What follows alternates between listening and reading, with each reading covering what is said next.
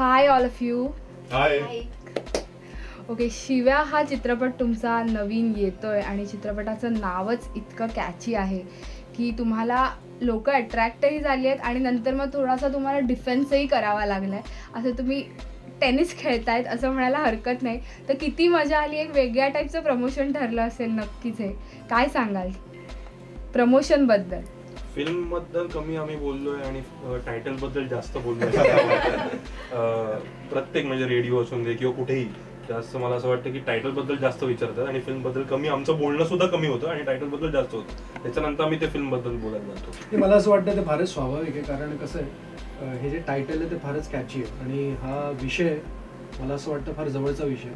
आणि साकर जसं म्हणाला की फिल्म विषय कमी आणि टायटल विषय जास्त बोललो, ह्याचा अर्थ एक आपला प्लस पॉईंट असा आहे की आपला टायटल चांगला आहे. आणि फिल्म विषय सांगायला गेलं तर ऑफकोर्स फिल्म एक खूप पॉझिटिव्ह फिल्म आहे, एंटरटेनिंग फिल्म आहे. एका अशा मुलाची गोष्ट आहे, it's played by Bhushan. Raghav नावाच्या मुलाची गोष्ट आहे जो खूप शिव्या देतो आणि त्याच्या आयुष्यात अशी एक वेळ येते की त्याच्यामुळे त्याचं आणि त्याच्या घरच्यांचं आणि ऑफकोर्स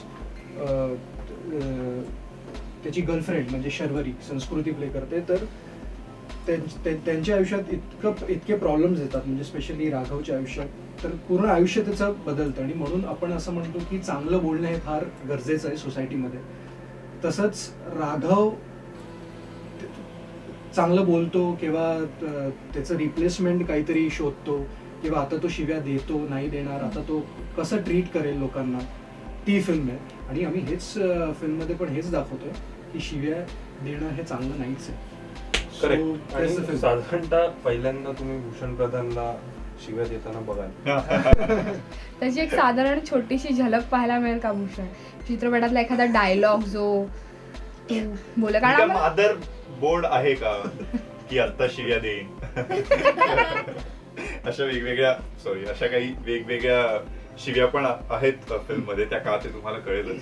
पण हो, राघवची गोष्ट आहे, या कॅरेक्टरची गोष्ट आहे जो खूप जास्त शिव्या देतो.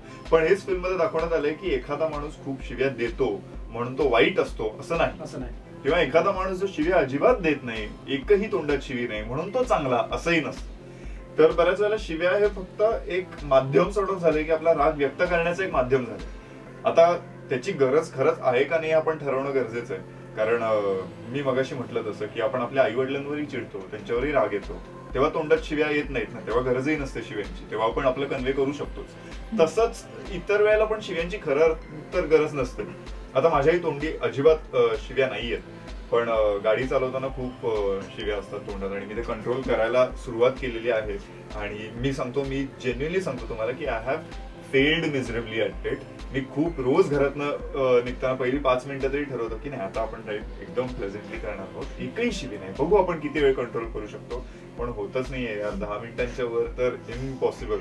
खूपच पथेटिक ट्रॅफिक झालं आणि ज्या प्रकारे आपण सगळेच जण चालवतोय थोडं सुद्धा ट्रॅफिक सेन्स राहिलेलं नाहीये. खूप वाईट, म्हणजे कोण वाईट चालवते तेच कळत नाही. रिक्षावाले म्हणणार कारवाले म्हणणार बाईकवाले म्हणणार ट्रकवाले.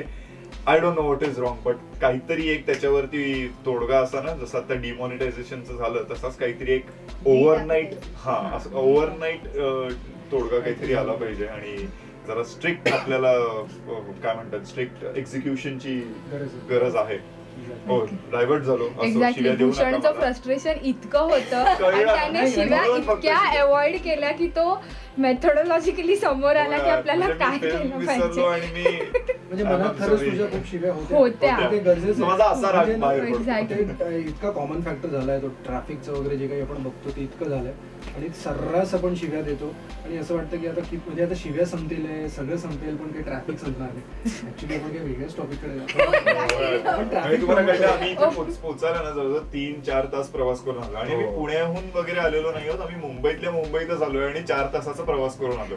त्यामुळे हे फ्रस्ट्रेशन सगळं आहे. म्हणजे इकडे आल्यानंतर आम्ही खूप खुश आहोत, पण हा जो काय प्रवास होता म्हणजे